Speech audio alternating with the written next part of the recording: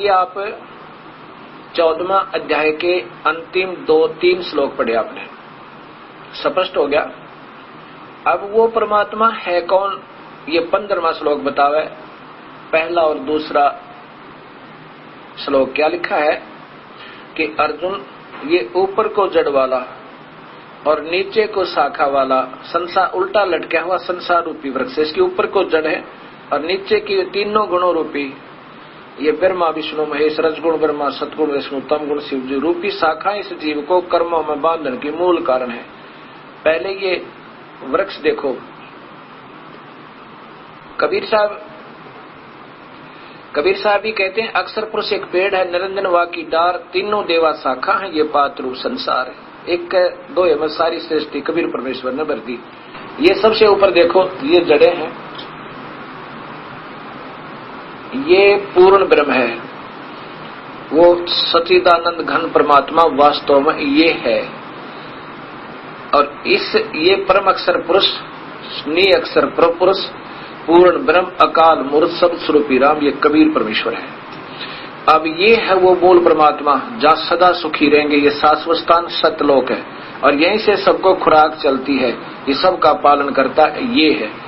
आगे देखो, ये अक्षर पुरुष अर्थात परब्रह्म है, ये अक्षर पुरुष परब्रह्म है। इससे आगे देखो, ये तना समझो, आगे फिर इसके ये ब्रह्म है अक्षर पुरुष, ये ज्योत स्वरूपी निरंजन काल है, ब्रह्मा विष्णु में इसका पिता है। आगे ये तीनों देवा शाखा, ये रजगुण ब्रह्मा, सतगुण विष्णु, तम गुण शिव जी, और ये पात्र रूप संसार। ये देखो, ये सब संसार इन पर लटका हुआ एक। अब इसी का गीता जी में उल्लेख किया है। अब 15वां अध्याय दिखाऊंगा आपको, ये पहला ही श्लोक है।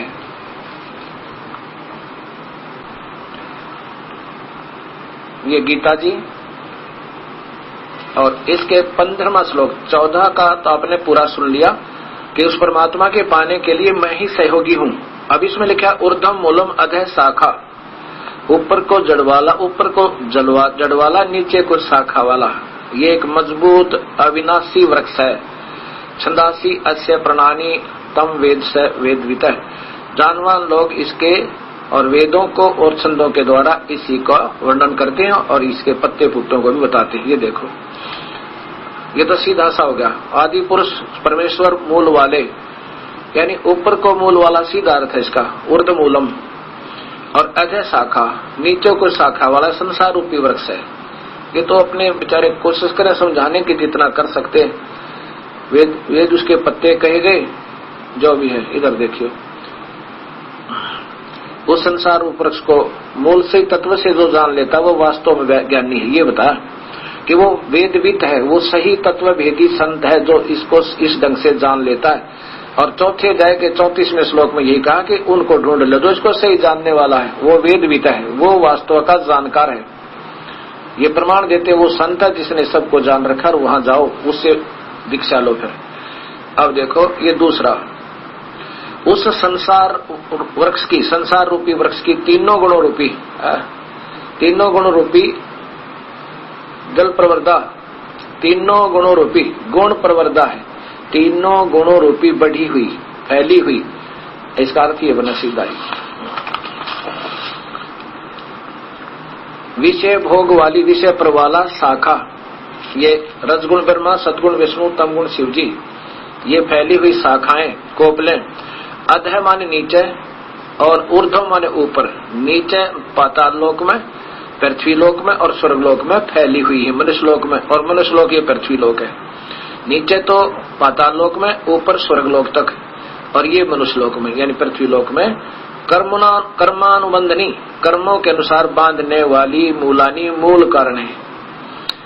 ये तो अपने आप जोड़ दिया इन्होंने, ये मूलानी अर्थात मूल कारण है, मुख्य कारण है जीव को फंसाने के ये तीनों गुण, और नीचे और ऊपर सभी लोकों में व्यस्त है। ये स्पष्ट हो गया। इसी के साथ अब ये अध्याय नंबर 15 के 16, 17 और 18 श्लोक आपने फिर देखने होंगे, क्योंकि इनका लिंक बनता है इनसे। ये अध्याय नंबर 15 श्लोक नंबर 16। ये 17 है, ये 16 है। इस संसार में नाशवान और अविनाशी दो प्रकार के पुरुष हैं। इसका सीधा अर्थ है दो प्रकार के भगवान है और दो ही प्रकार की शरीर जीव प्राणियों की स्थिति है। सब प्राणियों का शरीर तो नाशवान है और आत्मा जीवनाशी अविनाशी कही गई। ये आपके 18वें श्लोक में काम आएगा कि वो काल भगवान कहता कि मैं तो मेरे अंतर्गत जितने प्राणी हैं, चाहे वो अविनाशी आत्मा रूप में है अर्थ शरीरधारी देवता है, मैं तो इनसे उत्तम हूँ, इसलिए मैं लोक में वेद में मुझे भगवान मानते। मैं भगवान नहीं हूँ, मैं सर्वोत्तम पुरुषोत्तम नहीं हूँ। आगे देखो, दो भगवान है, क्षर और अक्षर। उत्तम पुरुष तो अन्य परमात्मा इति उदाहरता है। वास्तव में भगवान तो वो तीसरा है जो जड़ है, उसी को वास्तव परमात्मा कहा जाता है। यही जो है लोकतर में 3 लोकों में अविश्य प्रवेश करके विभर्ती सबका पालन पोषण करता है और वही अविनाशी वास्तव में अविनाशी ईश्वर है, अव्यम ईश्वर है। ये भी देख लो, उत्तम पुरुष तो और ही है, उत्तम भगवान तो अन्य ही है जो तीनों लोकों में प्रवेश करके पुरुष माने भगवान जानो सबका धारण पोषण करता है। वो जड़ अविनाशी परमात्मा कबीर परमेश्वर, वो ही वास्तव में अविनाशी परमेश्वर परमात्मा इस प्रकार कहा गया है। अब 18वें में क्या कहा है कि मुझे तो केवल इसलिए अविनाशी कहते हैं, कितना स्पष्ट लिखा है, क्योंकि मैं नाशवान जड़ वर्ग क्षेत्र से तो अतीत हूँ और अक्षरात अविनाशी जीवात्मा से भी उत्तम हूँ। इसलिए लोक और वेद में इस संसार 21 ब्रह्मांड में और इस वेद में मुझे तो इसलिए पुरुषोत्तम मानते। आगे देखो, मैं पुरुषोत्तम नहीं हूँ। 19 में स्पष्ट किया है कि जो ज्ञानी पुरुष मुझको इस प्रकार पुरुषोत्तम मानते हैं, वेद जान कर वेद पढ़ करके इसलिए जो मालिक है, तो वह सर्वज्ञ पुरुष इस सब प्रकार से निरंतर मुझको ही भजता है। मुझ वासुदेव नहीं, माम का अर्थ ये नहीं, मुझको ही भजता है, अर्थात वो वेदों का ज्ञाता केवल मुझे ही पूर्ण परमात्मा मान कर भजता रहता है। अब 20 देखो, हे निष्पाप अर्जुन, इस प्रकार ये अति रहस्य युक्त गोपनीय शास्त्र मेरे द्वारा कहा गया, इसको तत्व से जानकर ज्ञानवान और कर्तार्थ हो जाते हैं और कर्तार्थ हो जाते हैं, उनका तो बेड़ा पार हो जाएगा। सत साहिब परम पूज्य सुधांशु जी द्वारा, परम आदरणीय सुधांशु जी के द्वारा, और देखिए श्रीमद् भगवत गीता आचार्य सुधांशु जी। इसमें सिर्फ मैं इतना दिखाना चाहूंगा, बाकी आपके पास उपलब्ध है, प्रेम से पढ़ लेना। अध्याय नंबर 17, अध्याय नंबर 17, इसमें यहां से पढ़ना शुरू कीजिए। शास्त्र विधि से हीन, अन्न दान रहित, बिना मंत्र के, बिना दक्षिणा और बिना श्रद्धा के किए जाने वाले यज्ञ को तामस यज्ञ कहते हैं। जो मनमुखी साधना करते हैं, तो कितना दान कर दिया, कितना बनवा दिया, वो शास्त्र विरुद्ध, शास्त्रहीन है। आगे देखो 14 में, देवता ब्राह्मण गुरुजन जीवन मुक्त महापुरुषों का पूजन करना, शुद्धि रखना, सरलता ब्रह्मचर्य का पालन करना, हिंसा न करना, यह है संसार शरीर संबंधी तप है। ये तप के ऊपर के यज्ञ बताए। अब ये तपों के ऊपर आ गया। अब उद्योग न करना, सत्य प्रिय हितकारक भाषण। अब यहाँ इसका अर्थ क्या है कि सत्यम प्रिय हितम, अपने प्यारों के लिए सत्य बात कहना, चाहे वह कितनी कड़वी लागे। जैसे ये दास कह रहा है, उसका अर्थ है कि चाहे अपने प्यारों के लिए सत्य भाषण कहना, चाहे इसका कैसा ही प्रतिफल निकले, वो हिचका नहीं करते। इसको तप कहते हैं, सच्चाई कह देना। सत्यम क्या है? उद्वेग न करने वाला, सत्य प्रिय हितकारक भाषण, यानी अब हितकार में चाहे कितनी कड़वी सत्य तो जरूर कहे, उसको तप कहते हैं, चाहे कितनी कठिनाई भी क्यों ना उठानी पड़े। जैसे दास आपको बता रहा है, और हो सकता है इस कड़वी सत्य को कुछ महसूस भी कर रहे होंगे, लेकिन सत्य कहने वाले सत्य कहा करते हैं। ये एक तप है, ऐसा तप है। और अभ्यास ध्यान करने वाणी, यह वाणी संबंधी तप कहा। आगे देखो, मन की प्रसन्नता सौम्य भाव, मननशीलता, मन का निग्रह, भावों की शुद्धि, इस तरह यह मन संबंधी तप कहा। अच्छा, अब 17वां देखो, ये 17वां श्लोक है 17वें अध्याय का। परम श्रद्धा से युक्त फल इच्छा रहित मनुष्यों के द्वारा 3 प्रकार शरीर, वाणी और मन का तप किया जाता, उसको सात्विक कहते। ऊपर के तो ठीक है, आगे के देखो। जो तप सत्कार, मान, पूजा के लिए, लोग दिखाने के लिए, लोग दिखावा भाव से किया जाता है, वह इस लोक में अनिश्चित और नाशवान फल देने वाला तप कहा जाता है। आगे देखो, कमाल है। ये 18वां 17वें अध्याय का 19वां श्लोक देखिए। जो तप मूढ़ता पूर्वक, ये ध्यान से देखो, जो तप मूढ़ता पूर्वक हठ योगतः अपने को पीड़ा देकर अथवा दूसरों को कष्ट देने के लिए किया जाता, वह तप तामस कहा गया है। अपने को पीड़ा देकर, यह जो तप मूढ़ता पूर्वक हठ योग से अपने को पीड़ा देकर अथवा दूसरों को कष्ट देकर कि देने के लिए किया जाता, वह तप तामस कहा गया है। अब इसी बात पर विचार करना। ये अध्याय नंबर 17 का और श्लोक नंबर 19 आपको आचार्य सुधांशु जी द्वारा टीका की हुई गीता जी का सुनाया, उनके कर कमलों द्वारा। अब फिर ये देखिएगा, ये स्वर्ग की लहरें, परम पूज्य सुधांशु जी महाराज। और फिर ये देखिएगा, यहां देखो, ये 10 वर्ष की आयु में ये नादान बालक कहां फंस गया? हठ योगी विजेंद्र मुनि का संग, ध्यान, साधन और कठिन प्रक्रिया। हठ योगी, यही देख लो, यहां से यहां सारी बात सिद्ध हो जाएंगे आपने। ये बालक आत्मा घूम रही थी भगवान को चाहने के लिए और फंस गया हठ योगी का, जो गीता के विरुद्ध। 10 वर्ष की आयु में हठ योगी विजेंद्र मुनि का साथ, ध्यान साधना की कठिन प्रक्रिया, कठिन शरीर को पीड़ा देकर, आगे देखो, घबराए नहीं, क्योंकि कितना कष्ट हुआ, घबराए नहीं। बाल यशपाल साधना पथ के अडिग पथ बनकर अंतर शक्तियों को जागृत किया। अब ये बात सोचने की है। 6 तो गुरु बेचारों के पहले तो ये हठ योगी फंसा, जैसा माल इसके पास था इन्होंने भर दिया इस पुण्यात्मा में। फिर ये हरिद्वार गए 22 वर्ष की आयु में दर्शनार्थ। फिर नंद किशोर जी का साथ, बनखंडी साधु का साथ, जिसने प्रकाशानंद से ज्ञान ध्यान सीखने का सुअवसर, जिनका एक गुरु ही नहीं, नाना प्रकार के अनजान संतों के पास ये पुण्यात्मा जाती रही। जो उनके पास माल था वो इन्होंने भर दिया और अब ये उसी का प्रचार कर रहे हैं। अब ये बातें कड़वी अवश्य लगेंगी आपको, लेकिन कड़वी ना होकर के ये बहुत मीठी हो जाएंगी। ये कुनीन है, ये सभी को लेनी पड़ेगी। गीता बता रही है कि हठ योग नहीं करना, और इस पुण्यात्मा को उन अनजान संतों ने शास्त्र विरुद्ध साधना करवा के और वो पाप का भागी बनाया। अब इन्होंने जो संग्रह ज्ञान किया नाना प्रकार के संतों से, अब सोच रहे हैं कि मेरे पास बिल्कुल सत्य ज्ञान है, लेकिन टिकाऊ नहीं है। महेश्वर की पूजा करें, शिव की, और गीता बना करें, और फिर पूर्ण परमात्मा की तो बहुत दूर की बातें हैं।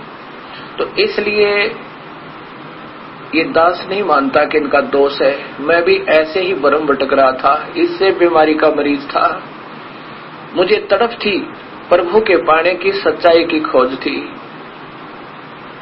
अब दया हुई दाता की, मैंने ये ढेर सारी पुस्तकें पढ़ के अब ये ऐसी लगती हैं जैसे कॉमिक्स हों, जो नादान बालक पे डाक रहे। ना उनका कोई ध्येय है, ना उनका कोई आश्रय है, ना कोई आधार किसी शास्त्र का है, और नाम शास्त्रों का लिया गया सभी जगह। तो ऐसे ये दास आपको यही बताना चाहता है। और अब क्या होता है कि जैसे मैंने बार बार कहा है कि भगवान काल की प्राप्ति तो ओम नाम से और वेदों में वर्णित विधि से, गीता में वर्णित विधि से हो ही नहीं सकती, क्योंकि गीता तो बोला जा रहा था वेदों का सार है, नहीं हो सकता। फिर ये नादान संत आपको कहां विचलित करेंगे? कहेंगे गीता जी के 11वें अध्याय के बाद में 55 श्लोक में स्पष्ट लिखा है, 53 और 54 में, कि मुझे अनन्य भक्ति से पाया जा सकता है। प्रथम तो आपने ये सोचना होगा, वेदों में वर्णित विधि ओम नाम का जाप, ध्यान यज्ञ, मेडिटेशन और बाकी धर्म यज्ञ, प्रणाम यज्ञ, ज्ञान, ये शास्त्रों का अध्ययन आदि है, ये सब ज्ञान यज्ञ होती है और ओम नाम का जाप है। इससे तो प्रभु प्राप्ति हो ही नहीं सकती, कति फाइनल है, क्योंकि काल का वास्तविक रूप काल है ब्रह्म का और एक रूप भगवान जैसा दिखे हो, लेकिन वास्तव में परम रूप इस विष्णु का काल है, महाविष्णु का, और काल रूप किसी भी वर्णित विधि से नहीं मिल सकता, नहीं प्राप्त हो सकता। फिर जैसे अर्जुन डरा हुआ था, 46वें श्लोक में कहा कि हे सहस्राबाहु, 1000 भुजा वाले भगवान, क्योंकि ये काल 1000 भुजा युक्त है, ब्रह्मा विष्णु महेश केवल 4 भुजा युक्त है और इनकी माता जी अष्टंगी वो 8 भुजा युक्त है। तो कहा कि हे सहस्राबाहु, आप अपने उसी चतुर्भुज रूप में आओ। अब यहां से नहीं विचलित होना, इससे ही बात बनेगी। तो ऐसा, क्योंकि मैं बहुत डर गया हूं और मुझे बड़ा डर लग रहा है, मैं घबरा गया हूं, मेरा तो हार्ट अटैक होने वाला है, भाव ये था अर्जुन का कहने का। तो कहते हैं मैं आपके इस विराट रूप को देखकर डर गया हूं। तो 47 में भगवान कहता है तू इसको देखकर क्यों डर गया, चिंता ना करे। ये देखो गीता जी, ये वही है गीता जी, और इसके 11वें अध्याय में श्लोक नंबर 46 देखो, पहले ने देखे हुए 46 में, मैं वैसे ही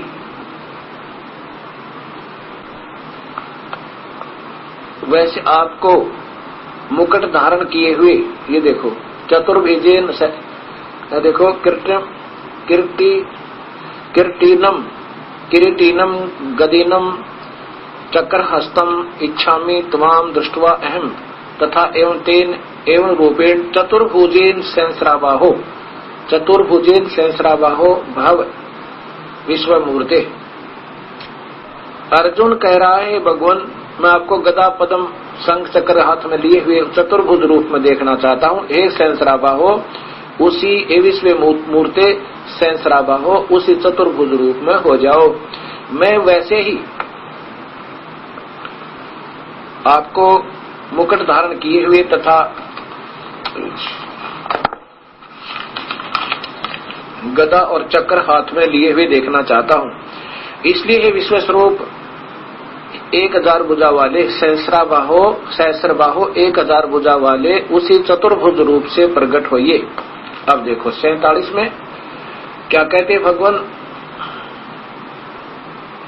हे अर्जुन, अनुग्रह पूर्वक मैंने अपनी योग शक्ति के प्रभाव से यह मेरा परम तेजो में शब का आदि कारण वास्तविक काल रूप सीमा रहित विराट ये काल रूप तुझको दिखलाया है, जिसे तेरे अतिरिक्त दूसरे ने किसी ने पहले नहीं देखा। अब 48 देखो,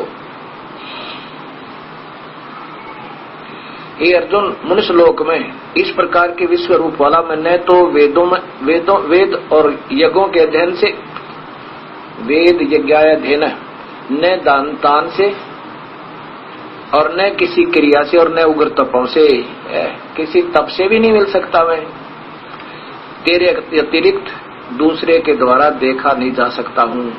आगे देखो, अब ये 49 में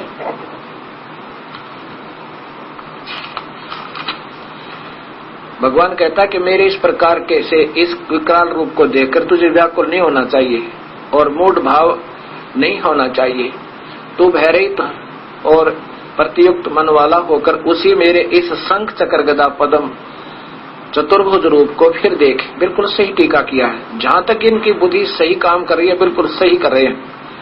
जय दयाल गोविंद का जी। वासुदेव भगवान ने अर्जुन के प्रति इस प्रकार कहकर फिर वैसे ही अपने चतुर्भुज रूप को दिखलाया और फिर महात्मा श्री कृष्ण ने सौमूर्ति होकर इस भयभीत अर्जुन को, डरे हुए अर्जुन को धीरज दिया।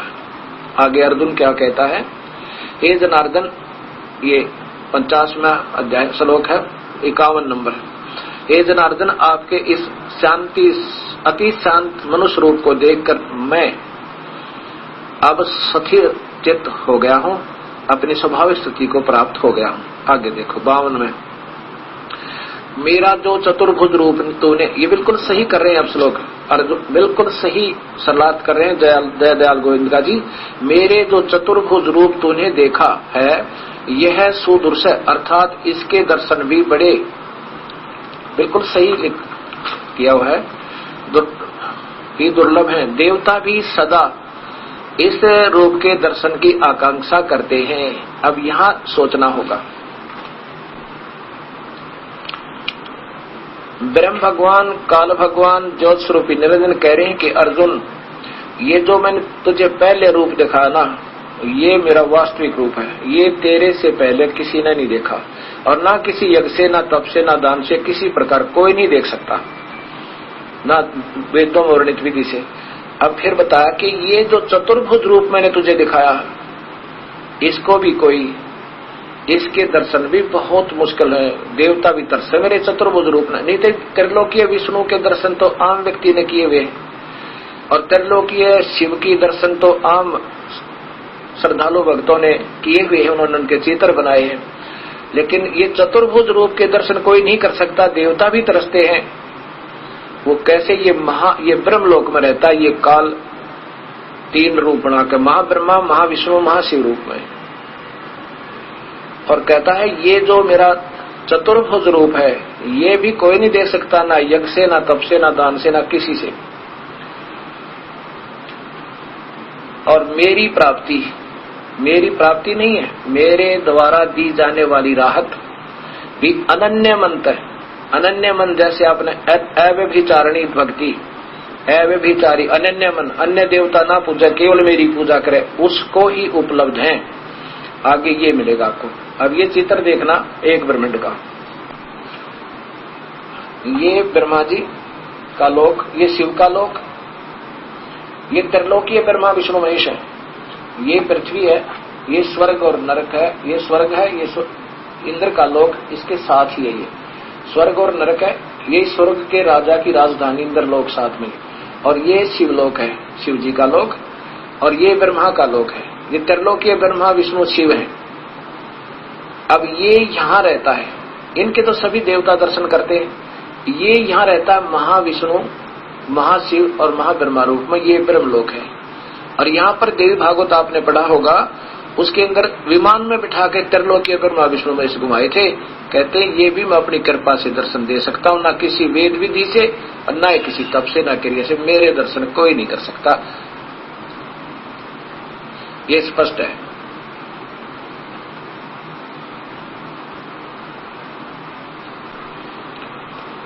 गीता जी को फिर देखिएगा, अध्याय नंबर 11, वही चल रहा श्लोक नंबर, अब ये 52 सुनो। मेरा जो चतुर्भुज रूप देखा है यह सुदर्श, अर्थात इसके दर्शन बड़े ही, इसके दर्शन भी बड़े दुर्लभ हैं, क्योंकि वो ये इस रूप में ये काल ब्रह्मलोक में रहता है, दुर्लभ है।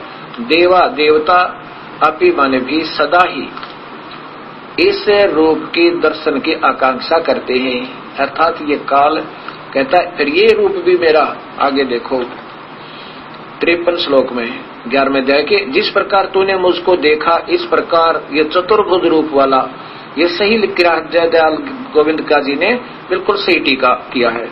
न मैं वेदों से और न तप से, न दान से और न यज्ञ से देखा जा सकता हूँ। वेदों में वर्णित विधि से, न तो वेदों से और न तप से, ये हठ योग आदि से नहीं देखा जा सकता। किसी प्रकार भी दर्शन तो हो ही नहीं सकते। आगे देखो, अब लिखा भक्त्या तु अनन्या शक्य अहम एवं विधि अर्जुन जातुम दृष्टवा च तत्वेन प्रविष्टुम स प्रंतम, ये लिखा है। परंतु हे प्रंतम अर्जुन अनन्य भक्ति के द्वारा, ये देखना, अनन्य भक्ति के द्वारा,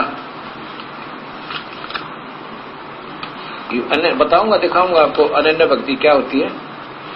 इस प्रकार चतुर्भुज रूप वाला मैं प्रत्यक्ष देखने के लिए, प्रत्यक्ष दृष्टुम देखने के लिए, तत्व से जानने के लिए तथा प्रवेश करने के लिए भी शक्य हूँ। प्रविष्टम माने प्रवेश करने के लिए, अर्थात एक ही भाव प्राप्त होने के लिए। और यहाँ दृष्टुम प्रत्यक्ष देखने के लिए। अब कैसे? इसमें लिखा कि मेरी अनन्य भक्ति करने से, केवल एक ब्रह्म साधना करने वाले बिल्कुल अटल नियम बनाकर, और पूजा नहीं करे किसी देवी देवता की, ब्रह्मा विष्णु महेश आदि की, उनके लिए शक्य हूँ। कैसे? कि वो डट कर भक्ति करो हजारों वर्षों तक, फिर उनके पुण्य कर्म बन जाए, उनका लाभ मिले, फिर उन्हीं को अपने पुत्र ब्रह्मा विष्णु महेश बनाता है। ये उन परमात्माओं को, श्रेष्ठ आत्माओं को अपने यहाँ जन्म देता है और फिर उनको विमान में बैठाकर दूर से दर्शन करवा देता है। बस, आम नहीं है। अन्यथा उस अनन्य भक्ति का विशेष प्रमाण क्या दिया है कि मैं केवल तुम जो भक्ति करते हो उसकी रक्षा आदि करता हूं और सुख सुविधा ही दे दूंगा। ये अध्याय नंबर 9 का श्लोक नंबर 22 देखो। अध्याय नंबर 9 और श्लोक नंबर 22 देखो।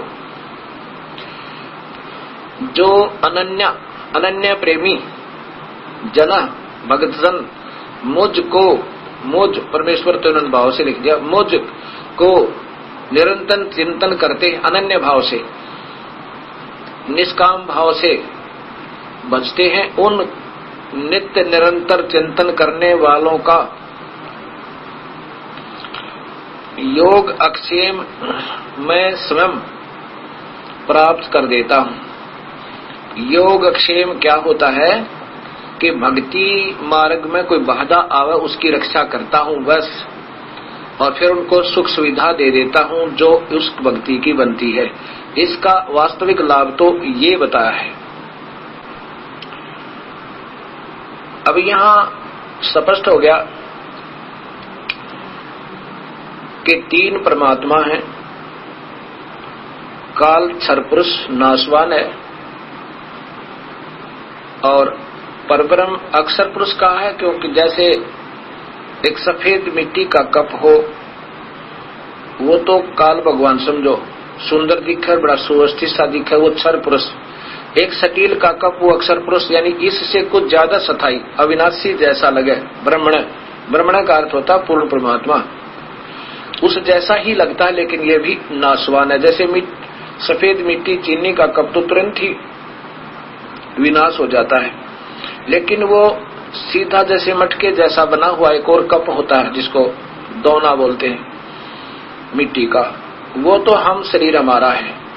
ये इतना हमारे से और सथाई है, इसका भी विनाश है। फिर अक्षर पुरुष का भी जैसे स्टील का कप है, वो कुछ ज्यादा सथाई नजर आता है उनसे, लेकिन है उसका भी विनाश, क्योंकि स्टील को जंग लगेगा, उसकी मिट्टी हो जाएगी, विनाश को प्राप्त होगा, लेकिन बहुत समय लगेगा। इसलिए उसको भी सथाई नजर आता है, उसको भी सथाई का, लेकिन फिर भी सथाई नहीं है। ऐसे ही क्षर पुरुष तो ये काल है, ब्रह्म ये तो नाशवान है, बहुत शीघ्र, और इसके द्वारा दी जाने वाली राहत भी उत्तम नहीं, अनुत्तम है।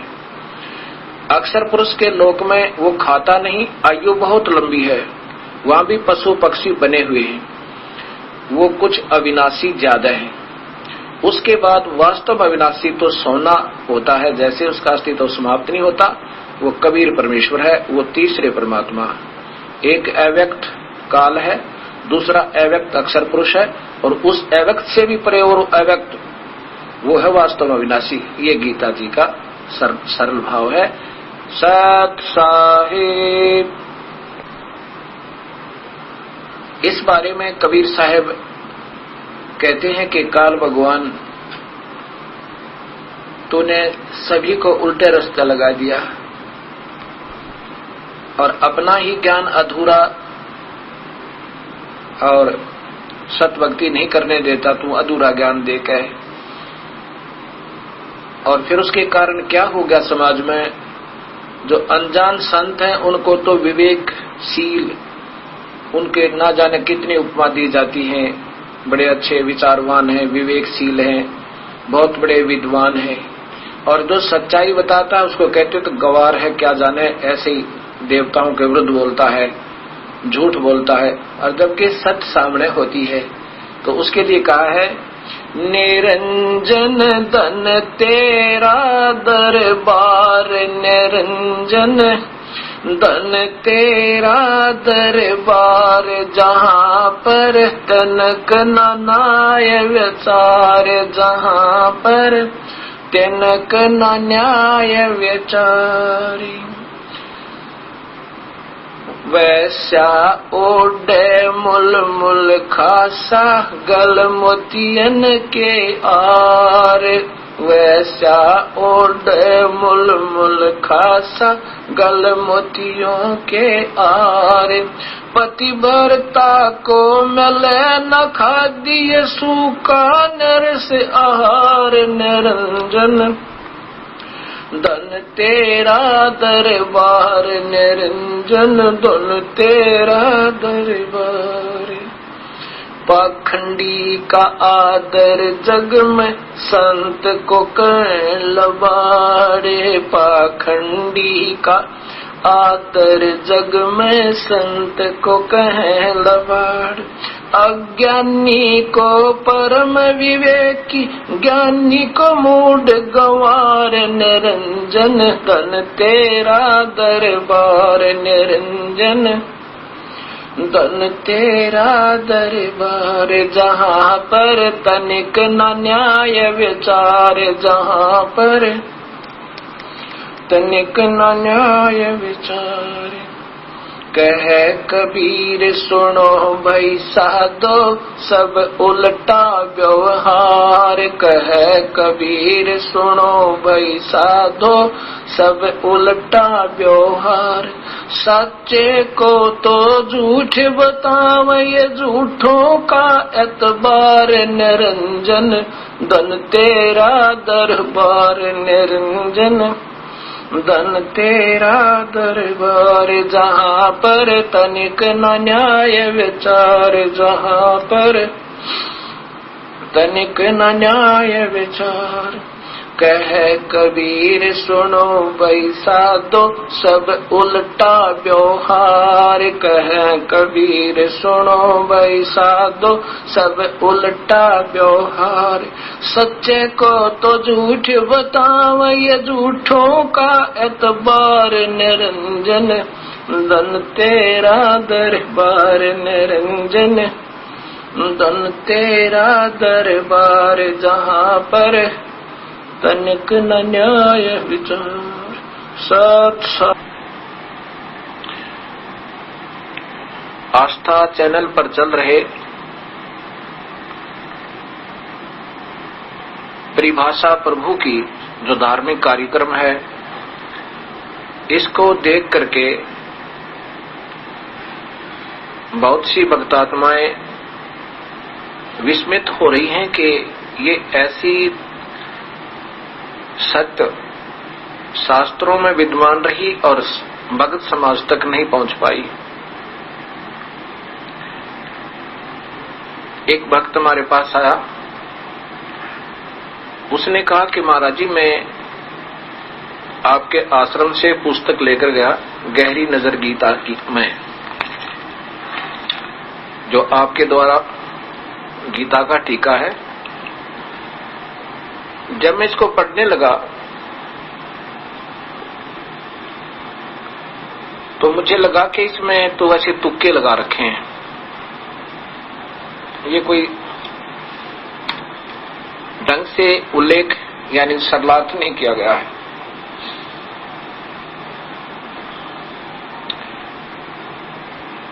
तो मैं आप वाली इस गीता को, गीता जी को, और साथ में जो हम आम पढ़ते रहते हैं, जो हमारे पास घरों में विद्यमान है, गीता प्रेस गोरखपुर से प्रकाशित गीता जी को लेकर गया। एक मेरा दोस्त है,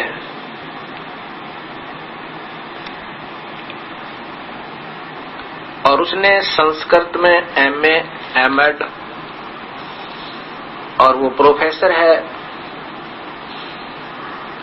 किसी कॉलेज में, बताया उन्होंने। और मैंने उससे कहा कि आप निष्पक्ष भाव से इन दोनों पुस्तकों को के सरलार्थ को देखना। आप किसी में भी, आपने तो क्या लेना देना है, और जो मैंने उनको 2 श्लोक बताए, इनका फैसला करके देना। कौन कौन से बताए? 18वें अध्याय का 64 और 66 नंबर श्लोक। तो क्या बताया उस लेक्चरर जी ने कि जो अध्याय नंबर 18 का श्लोक नंबर 64 है,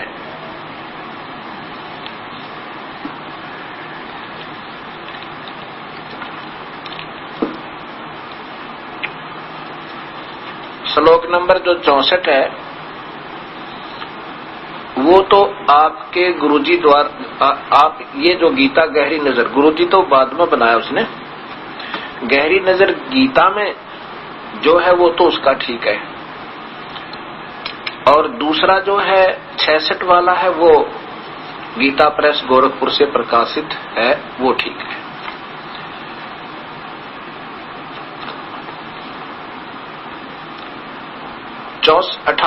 गीता अध्याय नंबर 18 का ये देखिएगा, श्लोक नंबर 64, गीता प्रेस गोरखपुर से प्रकाशित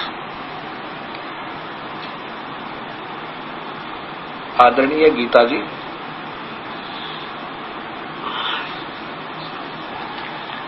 अध्याय नंबर 18 है, और श्लोक नंबर ये 64 इधर आएगा, ये 64 है। ये इसमें स्पष्ट है, गुह्यतमं भूय शृण मे परमं वचः, इष्ट असि मे दृढ़म् इति तत वक्ष्यामि ते हितम्। इन महापुरुषों ने इष्ट का अर्थ प्रिय कर दिया। यहाँ पर लिखना था मेरा पूज्य देव, इष्ट देव वही पूर्ण परमात्मा है, क्योंकि यहाँ पर उस पूर्ण परमात्मा की महिमा चलती आ रही है 46वें श्लोक तक। तो इसको तो उस लेक्चरर साहब ने बताया कि आपके गुरुदेव ने जो किया है वो सही है, इसका इष्ट माने इष्ट देव, असि माने है, स्पष्ट है। ये तो जैसे इस दास ने किया है, ये देखिएगा।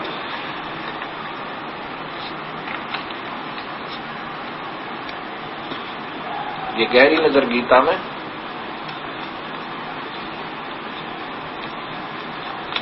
और इसके ये 64 नंबर श्लोक है, इधर देखिएगा, ये 64 नंबर श्लोक है। इष्ट में ऐसी दृढ़म् इति तत्वक्ष्यामि ते हितम्। गुह्यतमम् माने संपूर्ण गोपनीयों से व्यति गोपनीय, मे माने मेरे, परमम् माने परम, रहस्य युक्त, हितम माने हितकारक वचन, ते तुझे, भूय माने फिर, वक्ष्यामि कहूंगा, ततः माने इससे, श्रवण माने सुन, इति माने यह पूर्ण ब्रह्म, मे माने मेरा, दृढ़ माने पक्का, निश्चित, इष्ट, पूज्य देव, असि माने है। तो ये तो दास ने किया है कि उस महापुरुष ने बताया ये सत्य है, ठीक है। लेकिन 66वें श्लोक को मैंने कहा, फिर उन्होंने कहा कि 66वां जो श्लोक है वो उनका बताया कि वो गीता प्रेस गोरखपुर में है, वो ठीक है। इसमें क्या 66 में सर्वधर्मान परित्यज माम, इसका सीधा अर्थ ये बनना चाहिए कि सभी मेरी धार्मिक क्रिया कर्मों को, पूजाओं को, तो मुझ में पूजाओं को छोड़कर एकम शरणम व्रज, अहम तवाम पापेभ्याम सर्व पापेभ्या मोक्षामि मा शुचय।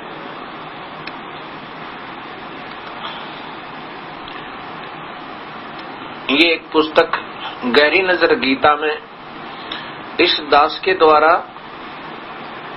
सरलार्थ है, गीता जी का अनुवाद है, जो अभी आपको दिखा रहा था। फिर देखिए 66वां श्लोक में कैसे किया इस दास ने। भगवान ब्रह्म कह रहे हैं कि सर्वधर्मान परित्यज माम, मेरी सभी धार्मिक जितनी भी तू पूजा आदि की हुई है तूने भक्ति, वो मुझे छोड़ दे, मैं तुझे ऋण मुक्त कर दूंगा।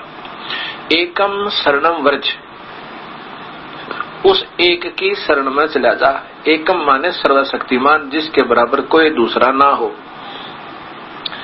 ब्रह्म कह रहा कि मैं तुझे सब पापों से मुक्त कर दूंगा, अर्थात मैं तुझे ऋण मुक्त कर दूंगा। सीधा अर्थ बने है। माम माने मेरी सर्वधर्मा संपूर्ण पूजाओं को परित्यज त्याग कर, तू केवल एकम उस पूर्ण परमात्मा की शरण माने शरण में, वर्ज माने जा। अब आपको शब्द कोश में दिखाऊंगा वर्ज का अर्थ क्या होता है। वर्ज माने जा, अहम माने मैं, तवा तुझे सर्व पापे भय संपूर्ण पापों से मोक्षामी छोड़वा दूंगा। मां सुच, तो शोक मत कर, यानी तुझे ऋण मुक्त कर दूंगा, तू चिंता ना करे। और इन महापुरुषों के द्वारा जो किया है टीका वो भी देखिएगा।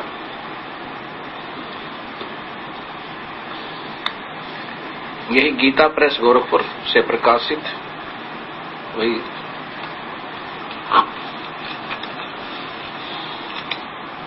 अब 66वां इन्होंने कैसे किया है, पहले 64वां देखिएगा इनके द्वारा किया हुआ। गुहतम इन्होंने लिखा है, ये संपूर्ण गोपनीयों से भी अति गोपनीय मेरे परम रहस्य युक्त वचन को तू फिर सुन, फिर तू भी तू सुन, तू फिर सुन, सीधा ही है। अच्छा आगे देखो, मेरा अतिशय, दृढ़ माने अतिशय, इष्ट माने इष्ट ही लिखना था, यहाँ पर है। कौन? वो पूर्ण परमात्मा। यह इति माने, इति का अर्थ है यह जो पूर्ण परमात्मा है वो भी मेरा सबसे प्रिय, इन्होंने प्रिय लिखा, तो मेरा अति प्रिय है। इससे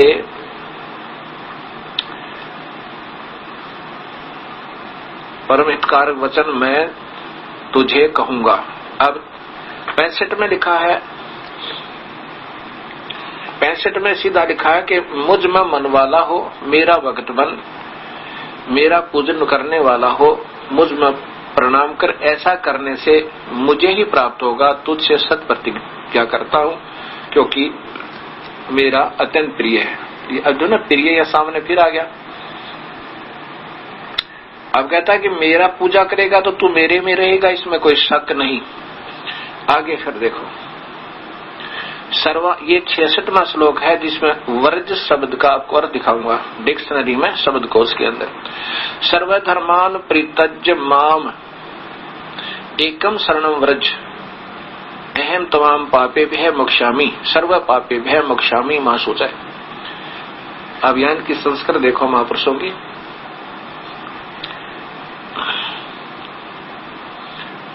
सर्वधर्मान संपूर्ण धर्मों को अर्थात संपूर्ण कर्तव्य कर्मों को मुझ में त्याग कर तू केवल एक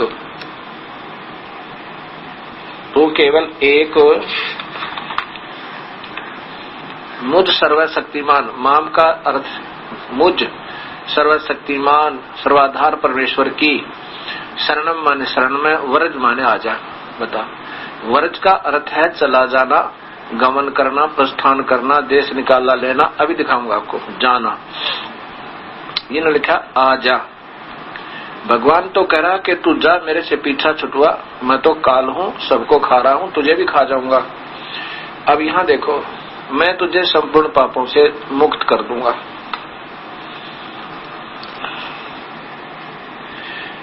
अब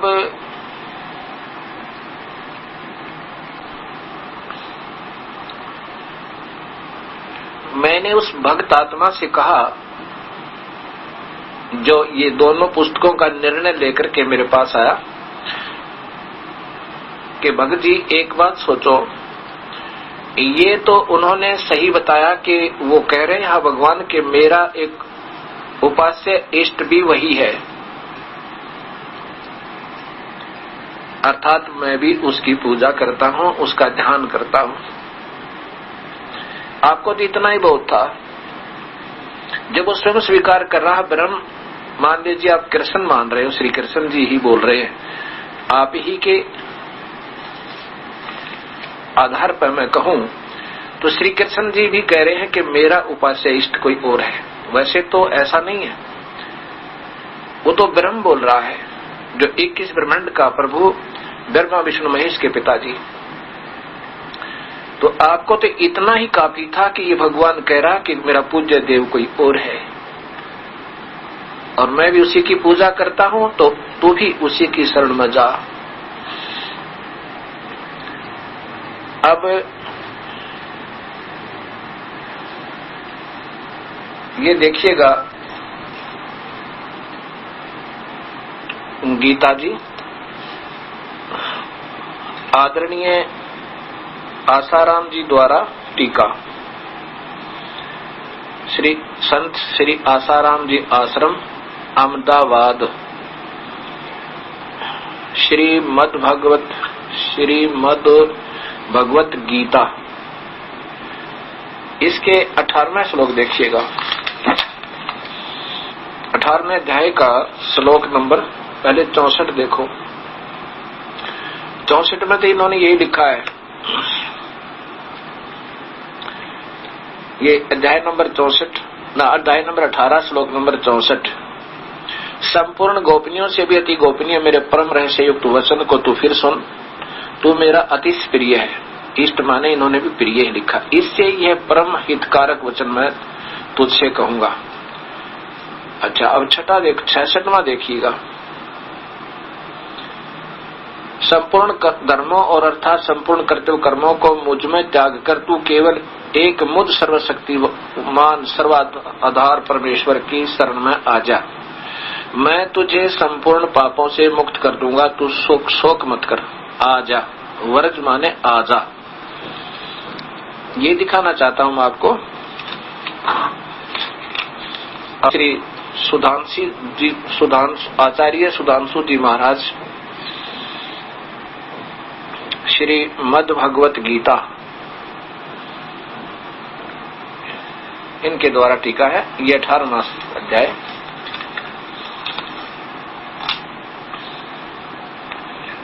ये देखो 66वां श्लोक है।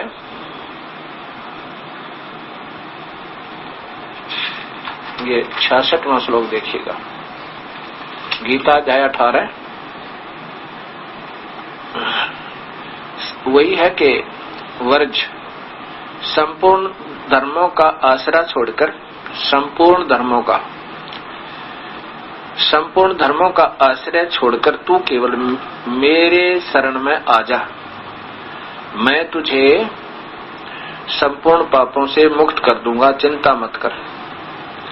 अब आपको मैं शब्दकोश दिखाना चाहता हूं। ये देखिएगा, भाषा शब्दकोश,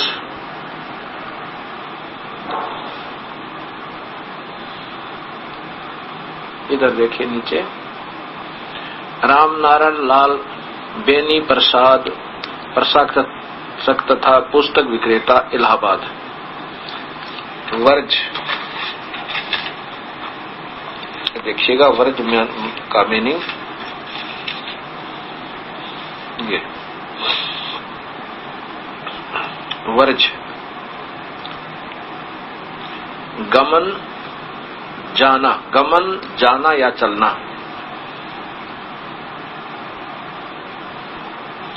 समुद्र वृंद कृष्ण का लीला क्षेत्र आदि आदि।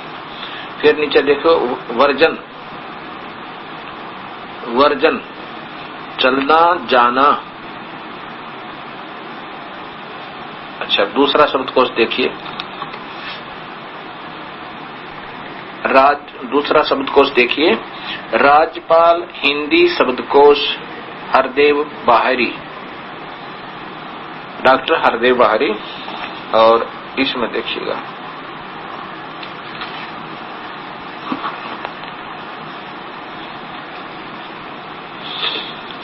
वर्ज, इधर देखो, इसमें वर्जन शब्द से प्रारंभ है। वर्जन माने गमन और जाना। वर्ज का अर्थ लिखा है ना, मार्ग, सड़क, समूह, झुंड, गोपों की बस्ती। और वर्जन गमन जाना, दो हो गए। और तीसरा और दिखाता हूं, संस्कृत वाला। यह संस्कृत हिंदी कोश वामन शिवराम आपटे द्वारा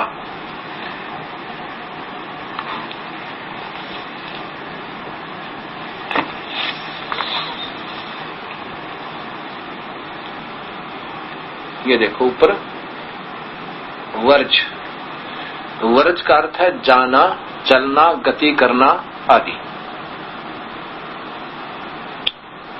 विदा होना, सेवा से निवृत्त होना, पीछे हटना।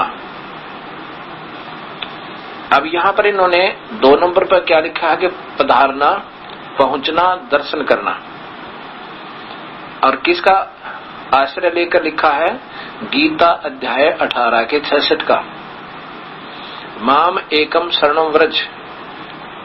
क्योंकि इस गीता से ही ये डिक्शनरी बनाने की चेष्टा की है इसने। और साथ में इन महापुरुषों को जिन्होंने पहले गीता का टीका किया है, ये असमंजस में पड़ गया कि कहीं तू ना गलती लिख दे, एक अक्षर ये और जोड़ दे बस इसमें। ऐसे ये सब कहानी बिगड़ती जा रही है। अब देखो नीचे वर्जन माने, यहां फिर विचलित हो गए। वर्जनम, ये देखो वर्जनम, घूमना, फिरना, यात्रा करना, निर्वासन, देश निकाला, चले जाना, यानी खिसक जाए यहां से, ये इसका अर्थ बनता है। ये एक अनुवादकर्ता का गीता जी और दिखाता हूं आपको। ये श्रीमद् भगवत गीता,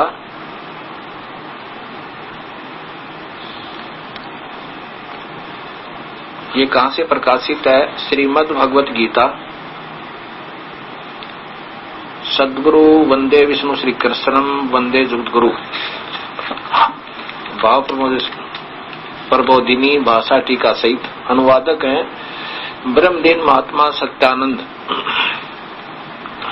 सर्व ज्ञानानंद आदि संपादक हंसादेश जी। कहां से प्रकाशित है ये? मानव उत्थान प्रकाशक है, मानव उत्थान सेवा समिति 2/12 पंजाबी बाग नई दिल्ली। ये यहां देखिए, ये श्री हंसराज जी महाराज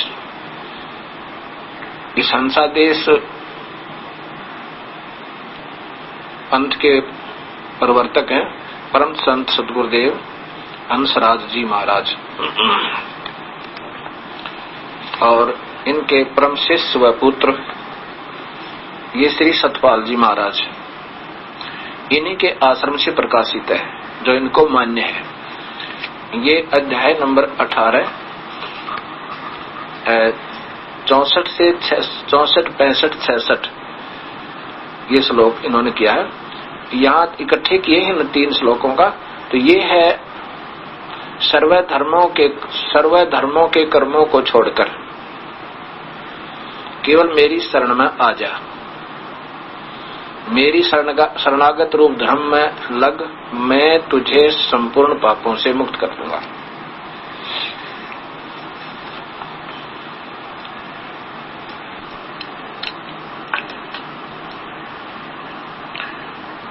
ऐसे कई नाना पंथों से भक्तात्मा इस दास के पास संपर्क कर रहे हैं बड़े प्यार के साथ।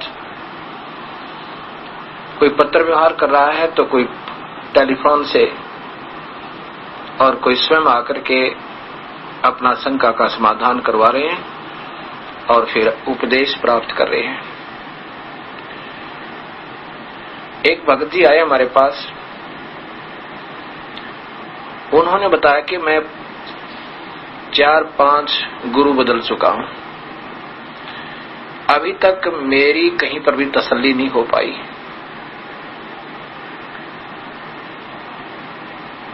तो उसने उन पंथों के नाम बताए। फिर अब उसने बताया कि मैंने बचपन से जो शरण ली थी वो श्री बाल योगेश्वर जी महाराज के यहां से उपदेश लिया था। ये आदरणीय श्री प्रेम रावत उर्फ बाल योगेश्वर जी महाराज हैं। उसने बताया कि इस महापुरुष से मैंने उपदेश लिया था जब मैं छोटी उम्र का था, अर्थात लगभग 20 वर्ष आयु थी मेरी, 20 या 22 होगी, ऐसी अप्रोक्सीमेट बताया उसने। तो मैंने कहा फिर आपने वहां से अन्य पंथों में जाने की आवश्यकता क्यों पड़ी? कहने लगा जी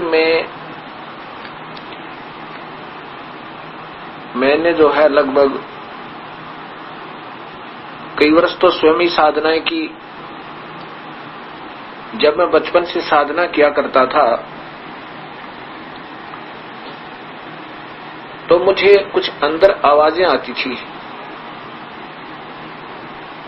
और ऐसे में स्वयं ही ध्यान लगाता था और ध्यान में मुझे एक ज्योति सी नजर आया करती थी, प्रकाश दिखा था।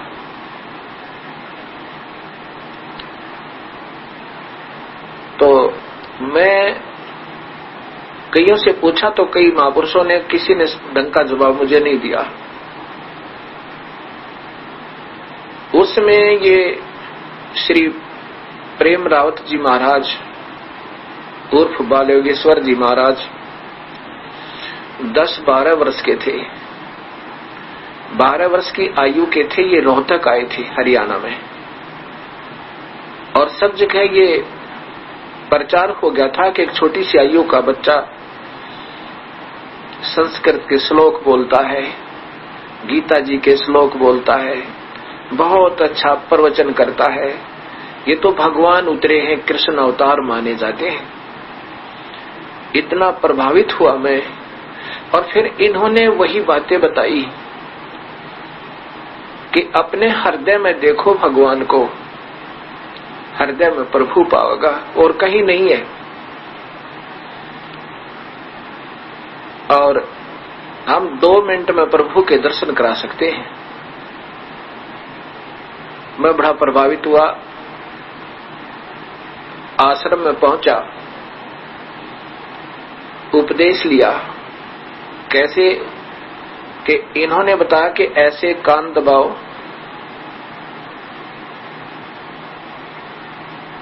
और थोड़ा सा श्वास भी रोको, जितना रोक सकते हो, और अंदर आवाजें आएंगी, फिर ऐसी आएंगी। अभी तो ये शुरुआत में दिखाई आपको, ये जो छोटी छोटी आवाजें आ रही हैं, अब तुम अभ्यास करोगे तो तुम्हें आगे बहुत कुछ सुनाई देगा।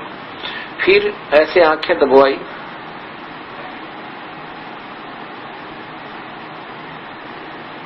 और लगभग 1-1.5 मिनट के बाद, 2 मिनट के बाद छोटी, कि मुझे सारा बाहर भी प्रकाश नजर आने लगा। पहले तो मुझे अंदर तो आभास होता ही था, फिर उन्होंने जब दिखाया छोड़ा तो सभी जैसे कोई नूर ही नूर दिखाई दे मुझे बाहर।